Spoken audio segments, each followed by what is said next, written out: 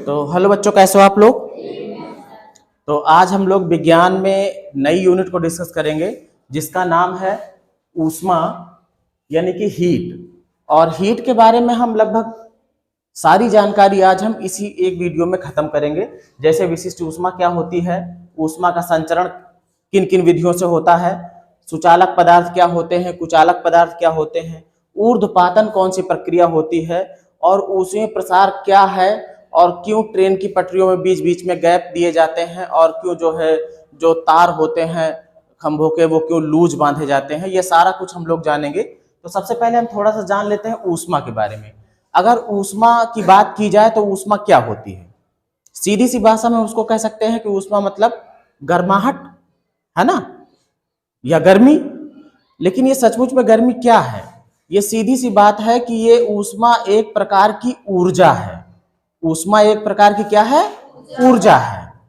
और यह ऊष्मा हमेशा अधिक से कम की तरफ बहती है, मतलब अधिक ताप वाली वस्तु से कम ताप वाली वस्तु की तरफ ही बहती है। अगर एक तरफ गर्म पानी है और उसके टच में किसी भी माध्यम से अगर जोड़ के रख दो ठंडा पानी, तो धीरे धीरे गर्म पानी से जो है ऊष्मा निकल के किस में चली जाएगी, ठंडे पानी में। तो ऊष्मा क्या है, पहली चीज तो ये जान लो कि ऊष्मा क्या है, एक प्रकार की ऊर्जा है। ऊर्जा है और ये क्या होती है, अधिक ताप से कम ताप की ओर बहती है। साथ ही साथ ये भी पता होना चाहिए कि ये अधिक ताप से कहां की तरफ बहेगी, कम ताप की ओर, कम ताप की ओर बहती है ना। अब अगर हमको पता करना हो कि मान लीजिए किसी पदार्थ में ऊष्मा दी गई है, किसी पदार्थ में कुछ समय तक ऊष्मा दी गई है, तो ऊष्मा की मात्रा कैसे निकाला जाए। तो उसके लिए फार्मूला होता है Q बराबर M S और डेल्टा T। सब मैं बता रहा हूं क्या है। M का मतलब उस पदार्थ का द्रव्यमान है। क्या चीज है, द्रव्यमान, जिसको गर्म किया जा रहा है। M क्या हो गया, द्रव्यमान है ये। S होती है विशिष्ट ऊष्मा, जो अभी यहां पर हमको बताना है ना, विशिष्ट ऊष्मा, स्पेसिफिक हीट, इसी के बारे में। ये S क्या है, स्पेसिफिक हीट। और M क्या है, M है द्रव्यमान, जिसको गर्म किया जा रहा है।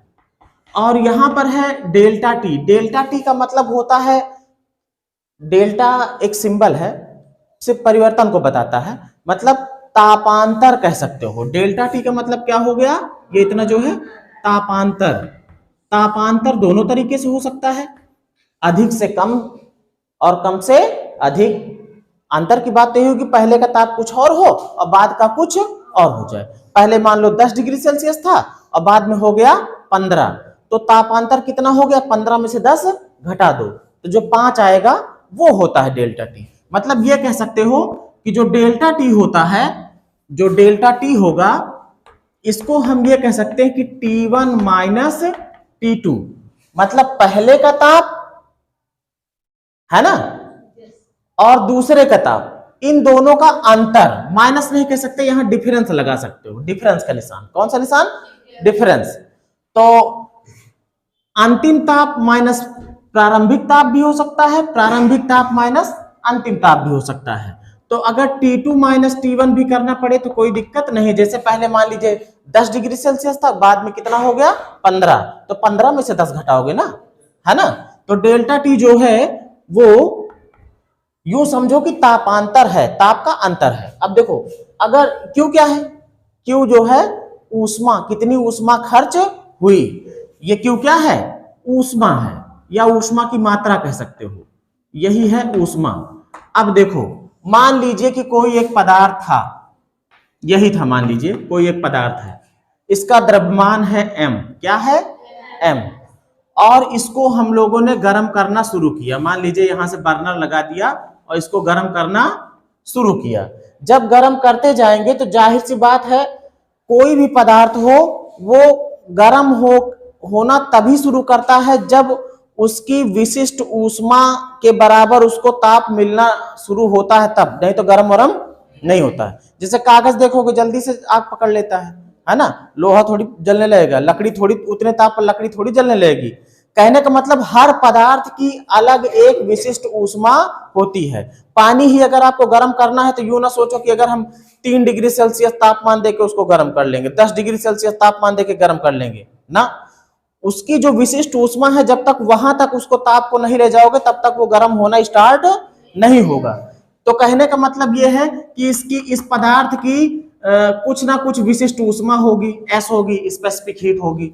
और मान लीजिए पहले इसका ताप रहा हो T1 और बाद में हो गया हो कितना T2, तो कहने का मतलब कितनी ऊष्मा इसमें हमने दे दी इसको, अपना ये जो बर्नर था इस बर्नर से हमने इसको कितनी ऊष्मा दे दी, उस अगर ऊष्मा Q को निकालना होगा तो सीधा सा फार्मूला है ms डेल्टा T, Q बराबर ms delta T, ms delta T, जहां डेल्टा T क्या है, ताप का अंतर है, पहले का ताप और बाद का ताप, उस पदार्थ का पहले का ताप और T2 जो है बाद का ताप।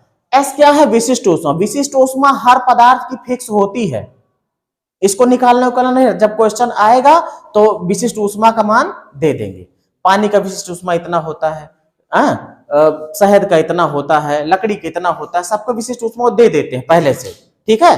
तो हमको चाहिए क्या होता है, द्रव्यमान चाहिए होता है, विशिष्ट ऊष्मा दिया रहता है, ताप में अंतर मिल जाए तो हम लोग ऊष्मा को ज्ञात कर सकते हैं। अब आते हैं विशिष्ट ऊष्मा की, हमने कई बार बात की, समझ लेते हैं आखिर विशिष्ट ऊष्मा होती क्या है। तो विशिष्ट ऊष्मा का मतलब ये होता है कि प्रत्येक पदार्थ की अलग अलग विशिष्ट ऊष्मा होती है। और ये विशिष्ट ऊष्मा क्या है कि जो भी पदार्थ है उसके 1 ग्राम द्रव्यमान को, जो भी पदार्थ हो उसके 1 ग्राम द्रव्यमान को 1 डिग्री सेल्सियस ताप देने के लिए जितनी ऊष्मा की आवश्यकता होगी, बात को समझो।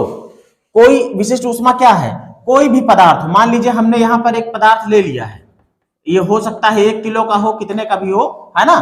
इस पदार्थ को अगर हमें गर्म करना है तो इस पदार्थ को, भाई ये छोटे छोटे ग्राम से, 1-1 ग्राम से मिलकर बना होगा ना, तो इसके 1 ग्राम को, कितने को, 1 ग्राम को, 1 ग्राम को गर्म करने के लिए, और कितना गर्म करने के लिए, 1 डिग्री सेल्सियस, ज्यादा नहीं, मतलब 1 ग्राम को 1 डिग्री सेल्सियस, 1 ग्राम को 1 डिग्री सेल्सियस ताप देने के लिए जितनी ऊष्मा चाहिए, कोई भी पदार्थ हो, चाहे पानी हो, चाहे लकड़ी हो, चाहे लोहा, तांबा, पीतल, कुछ भी हो, हर पदार्थ की अलग अलग विशिष्ट ऊष्मा होगी। और हर पदार्थ का 1 ग्राम द्रव्यमान जो होगा उसको 1 डिग्री सेल्सियस ताप देने के लिए जितनी ऊष्मा की जरूरत होगी, वही क्या है, विशिष्ट ऊष्मा है।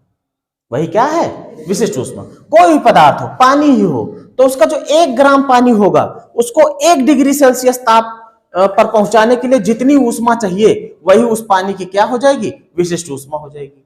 लोहा है तो लोहे का भी 1 ग्राम पदार्थ को 1 डिग्री सेल्सियस ताप देने के लिए जितनी ऊष्मा की जरूरत पड़ेगी, जितनी आग की जरूरत पड़ेगी, वही उसकी क्या होगी, विशिष्ट ऊष्मा होगी।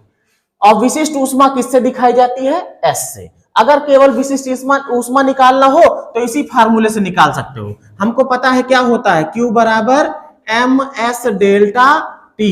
अगर आपसे कहे कि विशिष्ट ऊष्मा ही ज्ञात करो तो कुछ ना करो, S को जो है एक तरफ रहने दो, बाकी सबको दूसरी तरफ भेज दो।